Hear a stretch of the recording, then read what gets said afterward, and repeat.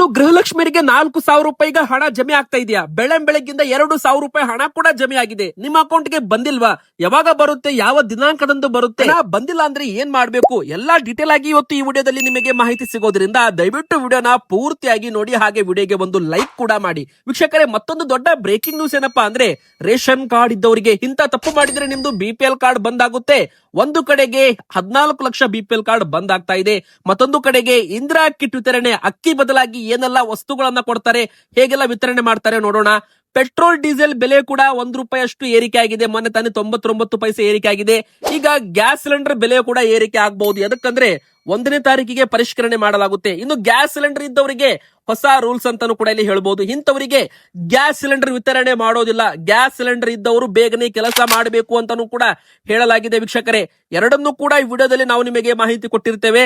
So ಪ್ರತಿಯೊಬ್ರು ಕೂಡ video ಪೂರ್ತಿಯಾಗಿ ನೋಡಿ. ಇನ್ನು ಕರ್ನಾಟಕದಲ್ಲಿ SIR ಪ್ರಕ್ರಿಯೆ ಶುರುವಾಗ್ತಾ ಇದೆ. ಹೌದು, ಮತ್ತೆ ಮನೆಗೆ ಬರ್ತಾರೆ BLO ಅಧಿಕಾರಿಗಳು. ಏನೆಲ್ಲ ಒಂದು ಚೆಕ್ ಮಾಡಬಹುದು ಅಂದ್ರೆ, SIR ಅಂದ್ರೆ ನಿಮ್ಗೆ ಗೊತ್ತಿರೋ ಹಾಗೆ voter ID, Aadhaar card verification ಮಾಡಬಹುದು. ಇಲ್ಲಿ ಒಂದು ವಿಡಿಯೋ ನಿಮಗೆ ಕಂಪ್ಲೀಟ್ ಆಗಿ ಮಾಹಿತಿ ಸಿಗಲಿದೆ. ಇನ್ನೊಂದು ಕಡೆಗೆ ನೋಡಿ ವೀಕ್ಷಕರೇ, ಕರ್ನಾಟಕ ರಾಜ್ಯದಂತ ಭಾರಿ ಮಳೆ ಆಗ್ತಾ ಇದೆ. ಮುಂದಿನ 3 ದಿನ ಭರ್ಜರಿ ಗುಡುಗು ಸಿಡಿಲು ಸಹಿತ ಮಳೆ ಆಗೋದ್ರಿಂದ ಈ 10-12 ಜಿಲ್ಲೆ ಜನರು ಸ್ವಲ್ಪ ಹುಷಾರಾಗಿರ್ಬೇಕು. ಯಾಕಂದ್ರೆ ಗುಡುಗು ಸಿಡಲು ಭಾರಿ ಪ್ರಮಾಣದಲ್ಲಿ ಮಳೆ ಆಗ್ತಾ ಇದೆ.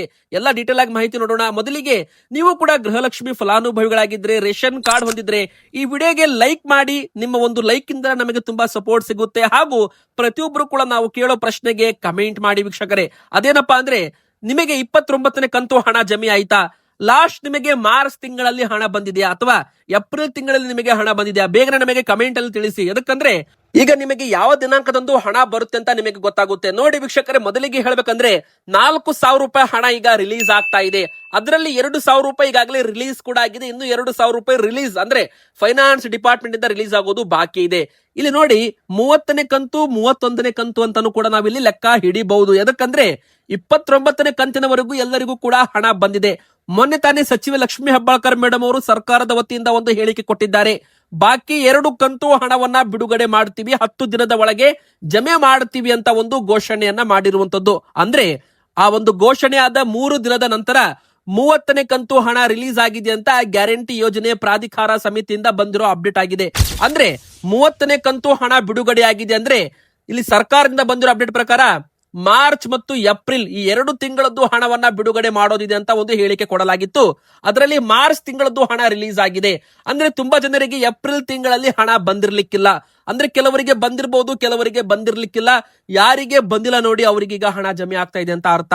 ಅಂದ್ರೆ ಈಗ 30ನೇ ಕಂತು ಹಣ ಬಿಡುಗಡೆ ಆಗಿದೆ.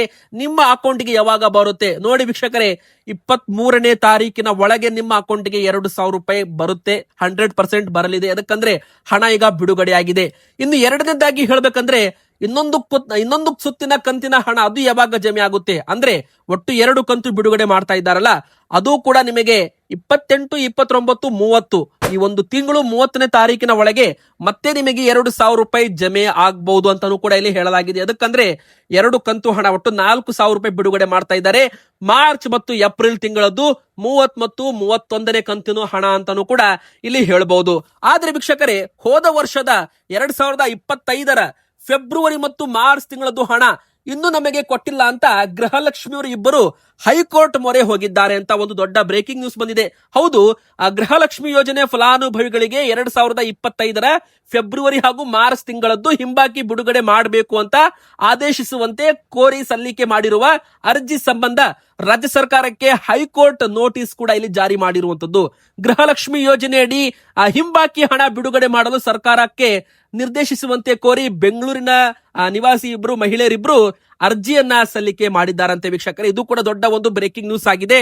ಇನ್ನೊಂದು ಕಡೆಗೆ JDS ಪಕ್ಷದಿಂದ ನಿಖಿಲ್ ಕುಮಾರಸ್ವಾಮಿ ಅವರು ಕೂಡ ಇದೇ ಒಂದು ಮಾತು ಹೇಳಿದ್ದಾರೆ. 5,000 ಕೋಟಿ ರೂಪಾಯಿ ಎಲ್ಲಿ ಹೋಯ್ತು, ಬಾಕಿ ಕಂತು ಹಣ ಯಾವಾಗ ಬಿಡುಗಡೆ ಮಾಡ್ತಾರೆ ಅಂತ ಸರ್ಕಾರ ಇದಕ್ಕೆ ಉತ್ತರ ಕೊಡಬೇಕು ಅಂತಾನು ಕೂಡ ಇಲ್ಲಿ ಹೇಳಲಾಗ್ತಾ ಇದೆ. ನೋಡೋಣ ಮುಂದಿನ ಬರೋ ದಿನಗಳಲ್ಲಿ ಏನು ಅಪ್ಡೇಟ್ ಬರುತ್ತೆ ಅಂತ.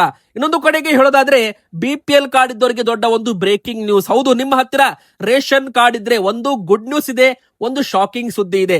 ಮೊದಲಿಗೆ ಗುಡ್ ನ್ಯೂಸ್ ಇಂದ ವಿಡಿಯೋ ಶುರು ಮಾಡೋದಾದ್ರೆ, BPL ಕಾರ್ಡ್ ಮಾನದಂಡಗಳನ್ನ ಚೇಂಜ್ ಮಾಡಬಹುದು ಮುಂದಿನ ಬರೋ ದಿನ. ಅಂದ್ರೆ ಇನ್ಕಮ್ ಲಿಮಿಟ್ 3 ಲಕ್ಷ ರೂಪಾಯಿಗೆ ಏರಿಕೆ ಮಾಡೋ ಸಾಧ್ಯತೆ ಇದೆ ಅಂತ ಹೇಳಲಾಗ್ತಾ ಇದೆ. ಮೊನ್ನೆ ತಾನೇ INC ಕರ್ನಾಟಕ ಕಾಂಗ್ರೆಸ್ ನಲ್ಲೂ ಕೂಡ ಬರೆಯಲಾಗಿದೆ, BPL ಕಾರ್ಡ್ ಮಾನದಂಡಗಳನ್ನ 1,20,000 ರೂಪಾಯಿ ಇನ್ಕಮ್ ಲಿಮಿಟ್ ಅನ್ನ 3 ಲಕ್ಷ ರೂಪಾಯಿಗೆ ಏರಿಕೆ ಮಾಡಬಹುದು ಅಂತ ಇಲ್ಲಿ ಹೇಳಲಾಗ್ತಾ ಇದೆ. ಒಂದು ವೇಳೆ ಏನಪ್ಪಾ ಇದು 3 ಲಕ್ಷ ರೂಪಾಯಿಗೆ ಏರಿಕೆ ಮಾಡಿದ್ರೆ ನಮಗೇನ್ ಲಾಭ ಅಂತ ನೀವು ಕೇಳ್ತಿರಲ್ಲ, ನೋಡಿ 1,20,000 ರೂಪಾಯಿ ಮೇಲೆ ಆದಾಯ ಇದ್ರೆ ಅವರಿಗೆ BPL ಕಾರ್ಡ್ ಕೊಡೋದಿಲ್ಲ, ಅವರಿಗೆ APL ಕಾರ್ಡ್ ಕೊಡ್ತಾರೆ.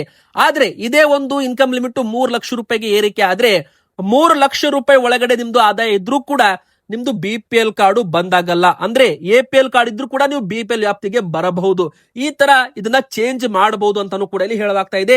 ಇದು BPL APL ಕಾರ್ಡ್ ಇದ್ರಿಗೂ ಕೂಡ ಗುಡ್ ನ್ಯೂಸ್. ಆದ್ರೆ ಯಾವಾಗ ಅಧಿಕೃತವಾಗಿ ಆದೇಶ ಬರುತ್ತೆ ಕಾದು ನೋಡ್ಬೇಕು. ಮತ್ತೊಂದು ಕಡೆಗೆ ಯಾರದೆಲ್ಲ BPL ಕಾರ್ಡ್ ಬಂದಾಗ್ತಾ ಇದೆ ಅದನ್ನು ನೋಡೋಣ. ಇಂದಿರಾ ಕಿಟ್ ವಿತರಣೆ ಯಾವಾಗ ಅದು ಕೂಡ ನೋಡೋಣ.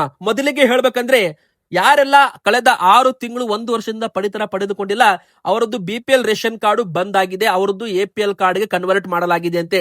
ಇನ್ನು ಎರಡನೇದಾಗಿ ಬ್ಯಾಂಕ್ ನಲ್ಲಿ ಲಕ್ಷಾಂತರ ರೂಪಾಯಿ ಟರ್ನ್ ಓವರ್ ಮಾಡ್ತಿರ್ತಾರೆ, ಬಿಸ್ನೆಸ್ ಮಾಡ್ತಿರ್ತಾರೆ, ಅಂತವರು ಕೂಡ BPL ಕಾರ್ಡ್ ಹೊಂದಿರ್ತಾರಲ್ಲ ಅವರ BPL ಕಾರ್ಡು ಕೂಡ ಬಂದ್ ಮಾಡಲಾಗಿದೆ. ಅಂದ್ರೆ ಶ್ರೀಮಂತರ BPL ಕಾರ್ಡು ಬಂದ್ ಆಗ್ತಾ ಇದೆ. 14 ಲಕ್ಷ ಅನರ್ಹ BPL ಕಾರ್ಡುಗಳನ್ನ ಪತ್ತೆ ಹಚ್ಚಲಾಗಿದ್ದು ಹಂತ ಹಂತವಾಗಿ ಇವರುಗಳನ್ನ ಕಾರ್ಡ್ಗಳನ್ನ ರದ್ದು ಮಾಡಲಾಗುತ್ತೆ ಅಂತ ಇಲ್ಲಿ ಹೇಳಲಾಗಿದೆ ವೀಕ್ಷಕರೇ. ಅಂದ್ರೆ ಇಲ್ಲಿ ಸರ್ಕಾರಿ ನೌಕರರಾಗಿರ್ಬೋದು, ನಕಲಿ ದಾಖಲೆ ಸೃಷ್ಟಿ ಮಾಡಿ ಪಡೆದುಕೊಂಡಿರುವ BPL ಕಾರ್ಡು ಶ್ರೀಮಂತರು, ಇನ್ನು 1 ವರ್ಷದಿಂದ ಪಡಿತರ ಪಡೆದುಕೊಳ್ಳದೇ ಇದ್ದವರು, ಸ್ವಂತ ಮನೆ ಅಂದ್ರೆ 1,000 ಚದರ ಅಡಿಗಿಂತ ಹೆಚ್ಚು ವಿಸ್ತೀರ್ಣದ ಸ್ವಂತ ಮನೆ ನಗರ ಪ್ರದೇಶದಲ್ಲಿ ಹೊಂದಿರುವವರ BPL ಕಾರ್ಡು ಕೂಡ ಬಂದ್ ಆಗ್ತಾ ಇದೆ ಅಂತೆ. ಇನ್ನು 7.5 ಎಕರೆಗೂ ಹೆಚ್ಚು ಭೂಮಿ, ಸ್ವಂತಕ್ಕೆ ಕಾರು ಇದ್ರೂ ಕೂಡ BPL ಕಾರ್ಡ್ ಕೊಡೋದಿಲ್ವಂತೆ. ಇದು ಎಲ್ಲ APL ಕಾರ್ಡ್ಗೆ ಶಿಫ್ಟ್ ಆಗ್ತಾ ಇದೆ. ಇನ್ನು ಇಂದಿರಾ ಕಿಟ್ ವಿತರಣೆ ಜೂನ್ ತಿಂಗಳಿನಿಂದ ಪ್ರಾರಂಭವಾಗ್ತಾ ಇದೆ. ಅಂದ್ರೆ ಜೂನ್ ತಿಂಗಳಿನಿಂದಲೇ ಅಂತ್ಯೋದಯ ಪಡಿತರ ಚೀಟಿ ಇದ್ದವರಿಗೆ ಅಂದ್ರೆ AY ಕಾರ್ಡ್ ಇದ್ದವರಿಗೆ, BPL ಕಾರ್ಡ್ ಇದ್ದವರಿಗೂ ಕೂಡ ಗುಡ್ ನ್ಯೂಸ್. ಅಡುಗೆ ಎಣ್ಣೆ, ಉಪ್ಪು, ಸಕ್ಕರೆ, ತೊಗರಿ ಬೇಳೆ ಈ 4 ಆಹಾರ ಸಾಮಗ್ರಿಗಳನ್ನ ಕಿಟ್ ಮೂಲಕ ಕೊಡಲಾಗುತ್ತೆ. ಒಂದು ಕಡೆಗೆ ಕೇಂದ್ರ ಸರ್ಕಾರದಿಂದ ಅಕ್ಕಿ ಕೂಡ ಸಿಗುತ್ತೆ, ರಾಜ್ಯ ಸರ್ಕಾರದಿಂದ ಸೂರ್ಯಕಾಂತಿ, ಅಡುಗೆ ಎಣ್ಣೆ, ಉಪ್ಪು, ಸಕ್ಕರೆ, ತೊಗರಿ ಬೇಳೆ ಈ 4 ವಸ್ತುಗಳನ್ನ ಕೊಡಲಾಗುತ್ತೆ ವೀಕ್ಷಕರೇ. ಇನ್ನು ಗ್ಯಾಸ್ ಸಿಲಿಂಡರ್ ಇದ್ದವರ ಗಮನಕ್ಕೆ ನೋಡಿ, ನೀವು ಗೃಹ ಬಳಕೆ ಗ್ಯಾಸ್ ಸಿಲಿಂಡರ್ ಮನೆಯಲ್ಲಿ ಹೊಂದಿದ್ರೆ ನೀವೇನಾದ್ರೂ ಅದನ್ನ ಹಣಕ್ಕೋಸ್ಕರ ಅಂಗಡಿಗಳಿಗೆ ಮಾರಾಟ ಮಾಡಿದ್ರೆ ಅದು ಇಲ್ಲಿಗಲ್ ಅಂದ್ರೆ ಶಿಕ್ಷಾರ್ಹ ಅಪರಾಧ ಅಂತಾನು ಕೂಡ ಇಲ್ಲಿ ಹೇಳ್ಬೋದು. ಅಮೆರಿಕ ಇರಾನ್ ನಡುವಿನ ಯುದ್ಧ ಪರಿಣಾಮದಿಂದಾಗಿ ಜಾಗತಿಕ ಮಟ್ಟದಲ್ಲಿ ಕಚ್ಚಾ ತೈಲ ಬೆಲೆ ಏರಿಕೆ ಭಾರತಕ್ಕೆ ಅಡುಗೆ ಅನಿಲ ಸಮಸ್ಯೆ ತುಂಬಾ ಆಗಿದೆ. ನೋಡಿ ಈ ತಿಂಗಳು ಕೂಡ ತುಂಬಾ ಅಡುಗೆ ಅನಿಲ ಸಮಸ್ಯೆ ಕಾಡಿದೆ.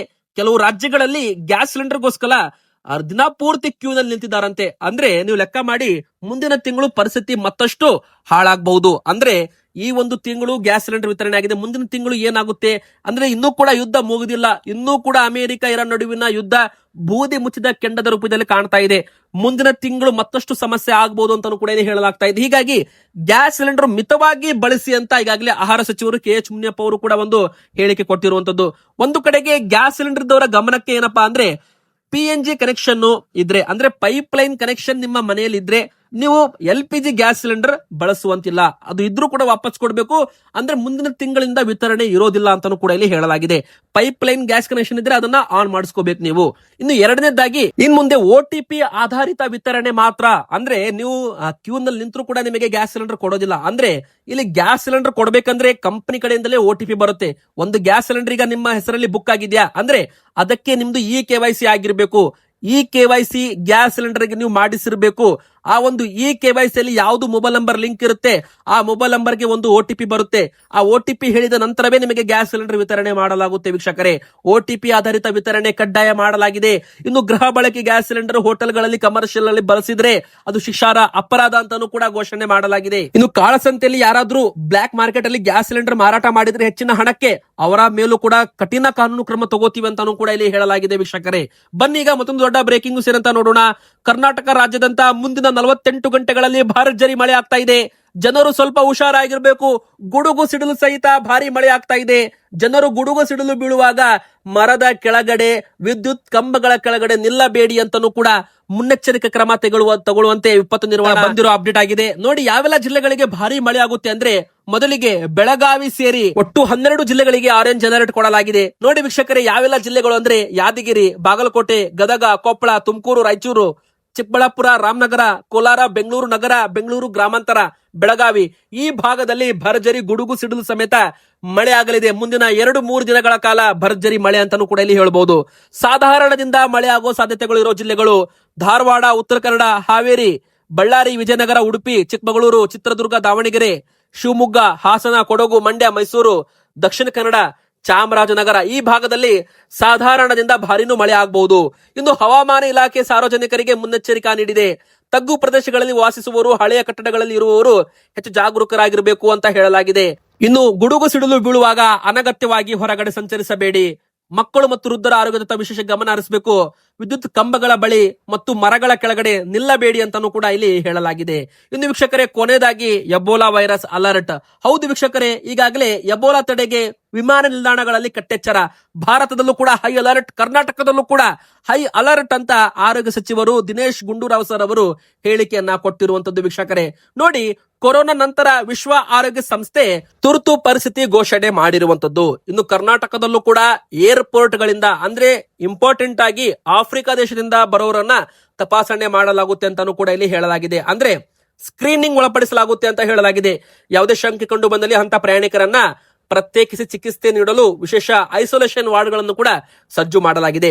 ಇದು ಎಬೋಲಾ ವೈರಸ್ ನ ಪ್ರಮುಖ ಲಕ್ಷಣಗಳೇನಪ್ಪಾ ಅಂದ್ರೆ ತೀವ್ರ ಜ್ವರ ಬರೋದು, ಅತಿಯಾದ ತಲೆನೋವು, ಅಸಹನೀಯ ಮೈಕೈ ನೋವು, ವಿಪರೀತ ಸುಸ್ತು, ಗಂಟಲು ನೋವು, ವಾಂತಿ ಭೇದಿ, ರೋಗ ಉಲ್ಬಣಗೊಂಡಾಗ ದೇಹದ ಆಂತರಿಕ ಮತ್ತು ಬಾಹ್ಯ ಅಂಗಗಳಿಂದ ರಕ್ತಸ್ರಾವ ಕೂಡ ಆಗುತ್ತಂತೆ.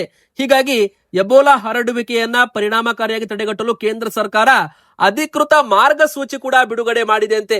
ಹೀಗಾಗಿ ಕರ್ನಾಟಕದಲ್ಲೂ ಕೂಡ ಮಾರ್ಗಸೂಚಿ ಪ್ರಕಾರ ಹೈ ಅಲರ್ಟ್ ಅನ್ನ ಘೋಷಣೆ ಮಾಡಿದ್ದೇವೆ ಅಂತ ಇಲ್ಲಿ ಹೇಳಲಾಗಿದೆ. ವೀಕ್ಷಕರೇ, ಇವತ್ತಿಗೆ ಇಷ್ಟ ಆಗಿತ್ತು. ವಿಡಿಯೋ ಇಷ್ಟ ಆದ್ರೆ ವಿಡಿಯೋಗೆ ಲೈಕ್ ಮಾಡಿ, ನಿಮ್ಮ ಅನಿಸಿಕೆ ಕಮೆಂಟ್ ಮಾಡಿ, ಚಾನಲ್ಗೆ ದಯವಿಟ್ಟು ಸಬ್ಸ್ಕ್ರೈಬ್ ಆಗಿ.